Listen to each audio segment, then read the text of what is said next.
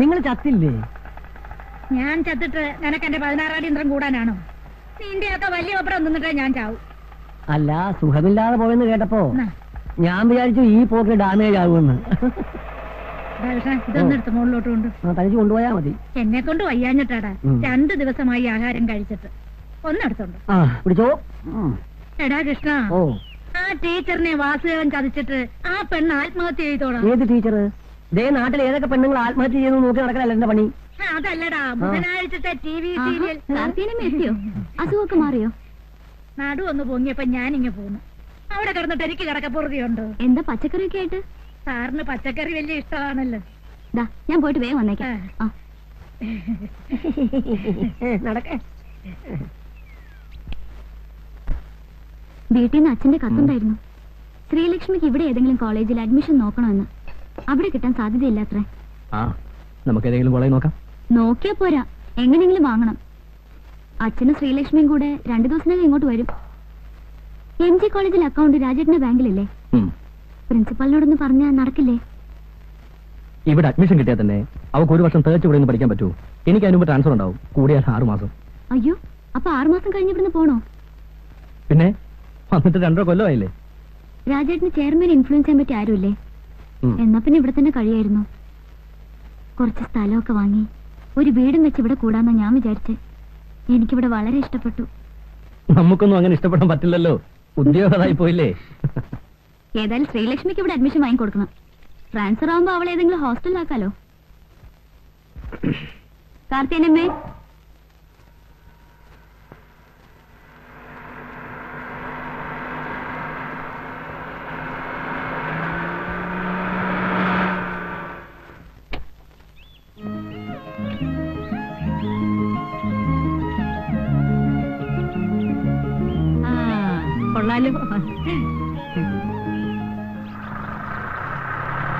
ഏതാ വീട്? താഴത്തെയാണോ മുകളിലത്തെയാണോ? താഴത്തെയാ.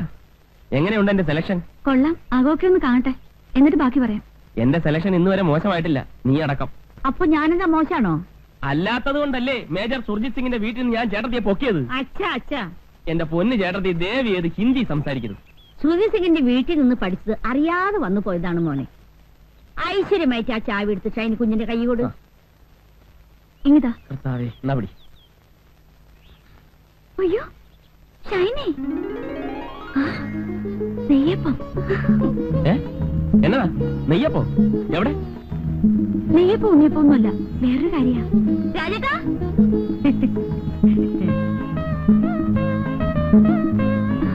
ശ്രീദേവി, നീ ഇവിടെയാണോ താമസിക്കുന്നത്? രാജേട്ടാ, ഇതാ ഞാൻ എപ്പോഴും പറയാറുള്ള ഷൈനി. റോയിച്ച, ഇത് ശ്രീദേവി, ഞങ്ങൾ ഒന്നിച്ച് കോളേജിൽ പഠിച്ചതാ. I M Roy Rajmohan. Hello. അല്ലേ, എല്ലാവരും പുറത്തന്നെ നിൽക്കണോ? മാതാവിനെ മനസ്സിൽ വിചാരിച്ചു വലതുകാലി വെച്ച് കയറിയട്ടെ. ചെന്നാട്ടെ.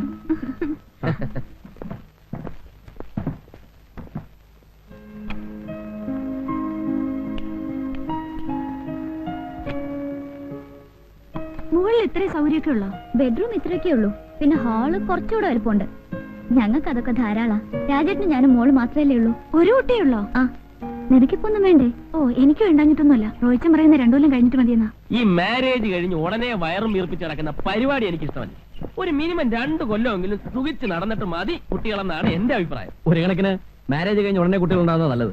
റിട്ടയർഡ് ലൈഫിന് മുമ്പ് കുട്ടികളൊരു പൊസിഷൻ എത്തുമല്ലോ. ഷൈനിക്ക് കൊച്ചുകുട്ടികൾ വെച്ച ജീവനാ. ഞങ്ങൾ ഹോസ്റ്റലിൽ താമസിക്കുമ്പോ അടുത്ത വീട്ടിലൊരു കുട്ടി ഉണ്ടായിരുന്നു. ഇവള് ദിവസം ആ കുട്ടി എടുത്തോണ്ട് വന്ന് കണ്ണെഴുതിക്കും പൊട്ടുപിടിക്കും ഒക്കെ ചെയ്യും.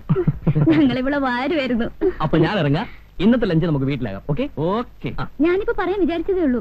അത് വെറുതെ തന്നെ എനിക്കറിയാവുന്നല്ലേ. അത് പിന്നെ പഠിക്കണ സമയത്ത് കുറച്ച് പിശിക്കാതിരിക്കാൻ പറ്റുമോ? പോക്കറ്റ് മണി കൊണ്ട് വേണ്ട എല്ലാ കാര്യങ്ങളും നടത്താൻ. ഇപ്പൊ എന്ത് നോക്കാനാ? ബാങ്ക് മാനേജറുടെ ഭാര്യയല്ലേ, ആവശ്യത്തിനുള്ള പണം ബാങ്കിൽ നിന്ന് എടുത്താ പോരെ? അല്ലേ രാജേട്ടാ? പിന്നെ എനിക്ക് സമയമായി. അപ്പൊ ലഞ്ചിന്റെ കാര്യം മറക്കണ്ട. ഓക്കെ ഓക്കെ, വാ നമുക്ക് മുകളിലേക്ക് പോവാം. വാ റോയിച്ച. നിങ്ങൾ പോയിക്കോ, ഞാൻ ആ സാധനങ്ങളൊക്കെ ഒന്ന് അറേഞ്ച് ചെയ്തിട്ടുണ്ട്. അല്ല ലോറിക്കാരന്മാരാകെ അലമ്പാക്കും. ചെന്നേ. മോളെ, മോളി ആന്റി അറിയോ? മമ്മിയുടെ കൂട്ടുകാരിയാ ഷൈനി ആന്റി. ഞാൻ ഷൈനി ആന്റി. മോള് നിന്നെ പോലൊന്നുമല്ല, അച്ഛന്റെ തനി മിനിയേച്ചറാ. രാജേട്ടൻ പറയണത് എന്നെ പോലെയാണ്. അത് വെറുതെ. നിന്റെ രാജേട്ടൻ ആളെങ്ങനെയാ? ഞാനെന്ന് വെച്ചാ ജീവനാ. റോയിച്ചിനും മോശമൊന്നുമല്ല. പുള്ളിക്ക് എല്ലാം ഒരു തമാശയാ. ദേഷ്യം വന്നാ പിന്നെ പറയും വേണ്ട. ഞാനും ഒട്ടും വിട്ടുകൊടുക്കത്തില്ല. പിന്നെ കോംപ്രമൈസ് ആകുന്നത് ബെഡ്റൂമിൽ വെച്ച്. പിന്നെ ഊണിന് നോൺ വെജിറ്റേറിയൻ ഒന്നും കാണില്ല. ഇതുവരെ നിന്റെ നോൺ വെജിറ്റേറിയൻ അലർജി മാറിയില്ലേ? ഞാൻ കഴിക്കില്ലെങ്കിലും രാജേട്ടിന് വേണ്ടി ഉണ്ടാക്കും കാർത്തിയനമ്മ. നിങ്ങൾക്ക് ഫിഷോ ചിക്കനോ എന്താ വെച്ചാ വാങ്ങിപ്പിക്കാം. ഓ, ഇനിയിപ്പൊ എന്നാ വാങ്ങാനാ? ഒരു നേരമൊക്കെ വെജിറ്റേറിയൻ ആകാം. ഞങ്ങൾക്ക് പ്രശ്നമൊന്നും അല്ലെന്നേ. ആ കത്രീന ചേട്ടത്തിക്കുണ്ടല്ലോ. ഇറച്ചി മീനില്ലാതെ എനിക്ക് ആഹാരം കഴിക്കാൻ പറ്റത്തില്ല. ഈ പാത്രത്തിൽ എന്നതാ? പച്ചടിയാ. അച്ചടിയാ? ഇതിലെന്നതാ? അത് കാളൻ. കാളിയും പോത്തൊന്നുമില്ലേ? വലിയ കാര്യത്തിൽ ജനിച്ചിട്ട് അച്ചടി കാളുന്നല്ലേ എന്നാ കൊണ്ടായി ചേട്ടത്തി ബഹളം? നോൺ വെജിറ്റേറിയൻ കഴിച്ച് ശീലിച്ചോളാം ഞാൻ. എനിക്ക് വെജിറ്റേറിയൻ കഴിക്കാൻ പറ്റില്ല എന്നറിയാലോ. കത്രീന ചേട്ടത്തിക്ക് നോൺ വെജിറ്റേറിയൻ കിട്ടിയ പോരെ? ആ, അത് മതി. അങ്ങനെ അങ്ങ് ശീലിച്ചു പോയി. ഞാനേ മേജർ സുധി സിംഗിന്റെ വീട്ടിലെ കോക്കിയായിരുന്നു. അന്ന് എന്തൊക്കെ ഐറ്റംസ് മേം സാബിന് ഉണ്ടാക്കി കൊടുക്കാന്നറിയാമോ? ചേട്ടത്തി, അതൊക്കെ ഇനിയും പറയാൻ സമയമുണ്ടല്ലോ. ഞാൻ കിച്ചണിൽ കയറുമ്പോ മേം സാബും കയറും. അതെന്തിനാ? കുക്കിംഗ് പഠിക്കാൻ. ആഹാ. എന്തൊക്കെ ഐറ്റംസ് എന്നറിയാമോ? എന്തൊക്കെയാ? ക്രീം ഓഫ് മസ്റൂം സൂപ്പ്, സുക് പിസ്ത, ബ്രെയിൻ കൂപ്രെ. അതെന്തുവാ? അയ്യോ, ബ്രെയിൻ കൂപ്രെ, ബ്രെയിൻ കൂപ്രെ, പോർ പിന്താലു, മസാല ബാത്ത്. ഇതൊക്കെയാണ് ഞങ്ങൾ സാധാരണ ഉണ്ടാക്കുന്ന ഐറ്റംസ്. ഇതൊന്നും ഇവിടെ കിട്ടില്ല എന്നറിയാം. എന്തെങ്കിലും ഒന്നും വായിക്ക് രുചിയായിട്ട് കടിച്ചു വലിക്കാൻ വേണ്ടേ? കടിക്കാനൊക്കെ വഴി ഉണ്ടാക്കാന്നേ. ചേട്ടത്തി താഴോട്ട് ചെന്നേ, അവിടേക്കൊന്ന് തുടയ്ക്കണം. ഞാനില്ലാതെ ഇവരൊക്കെ എങ്ങനെ ജീവിക്കേണ്ട കർത്താവ് ശോംശിയായ? എങ്ങനെയുണ്ട്? നീ ഇതിനെ എങ്ങനെ സഹിക്കുന്നു? വേറെ ആരെ കിട്ടാനാ? ഇച്ചിരി വർത്താനും ഭരണവും ഉണ്ടെന്നല്ലാതെ വേറെ കുഴപ്പമൊന്നുമില്ല. റോയിച്ചന്റെ അകന്ന ബന്ധത്തിൽപ്പെട്ടതാ. അയ്യോ, റോയിച്ചൻ ഇവിടെ എന്നെ എടുക്കുവാന്നോ?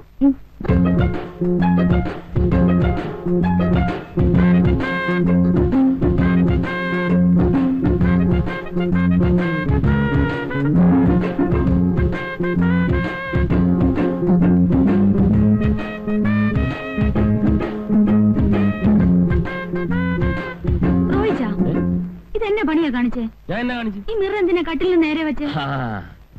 അതിനൊക്കെ ചില ഉദ്ദേശങ്ങളുണ്ടെന്ന് വെച്ചോ. അപ്പുറത്ത് കത്രീൻ ചേട്ടത്തിണ്ട്. അവരൊന്നും ഇപ്പൊ ഇങ്ങോട്ട് വരത്തില്ലെന്നേ. ശ്രീദേവി എങ്ങനെ വരുന്നേ? അതിനെന്താ, വരട്ടെ, കാണട്ടെ. ഓ, ശ്രീദേവിക്കൊന്നും അറിഞ്ഞുകൂടാത്ത പോലെ. ഒരു കാര്യം പറയാൻ മറന്നുപോയി. പറഞ്ഞ പോലെ നിന്റെ കൂട്ടുകാരി ശ്രീദേവി ഒരു ഉഗ്രം ബ്യൂട്ടിയാണല്ലോ. അവളുടെ കണ്ണേ. വേണ്ട റോയിച്ചാ, അവളോട് മാത്രം വേണ്ട. അയ്യേ, ഞാൻ വെറും ബ്രദർ സിസ്റ്റർ എന്നുള്ള നിലയ്ക്കാണ് ഇടപെട്ടത്. കോളേജ് വെച്ചേ ആ കണ്ണു മാത്രം മതിയെന്ന് പറഞ്ഞ് എത്ര ആമ്പിള്ളേർ അവളുടെ പുറകെ നടന്നെന്നറിയോ? എന്താ? കണ്ണു മാത്രം കിട്ടിയിട്ട് എന്നാ പ്രയോജനമാ? കണ്ണു മാത്രം കിട്ടിയിട്ട് എന്താ പോളെ? അയ്യോ, എന്റെ കർത്താവേ. അയ്യോ, ആ ചേട്ടനെയും വിളിച്ചോണ്ട് താ വരുന്നു. കർത്താവേ, എന്നാ ഒന്നുമില്ല. ഈ കൊച്ചു എന്നെ കണ്ട് പേടിച്ചേ? പേടിച്ചോ? ഇവിടെ എന്നാ കണ്ട് പേടിക്കാനാ? ഇവിടെ ഞങ്ങൾ കണ്ട് മാത്രമല്ലേ ഉള്ളൂ. അതെ, ഞങ്ങളല്ലേ ഉള്ളൂ. മനസ്സിലായി, മനസ്സിലായി. മോളെ, ഇനി ഇവിടെ നിൽക്കണ്ട. ഇനി ഇവിടെ നിന്നാ പലതും കണ്ട് പേടിക്കേണ്ടി വരും. വാ. മനസ്സിലായെന്നാ തോന്നുന്നു.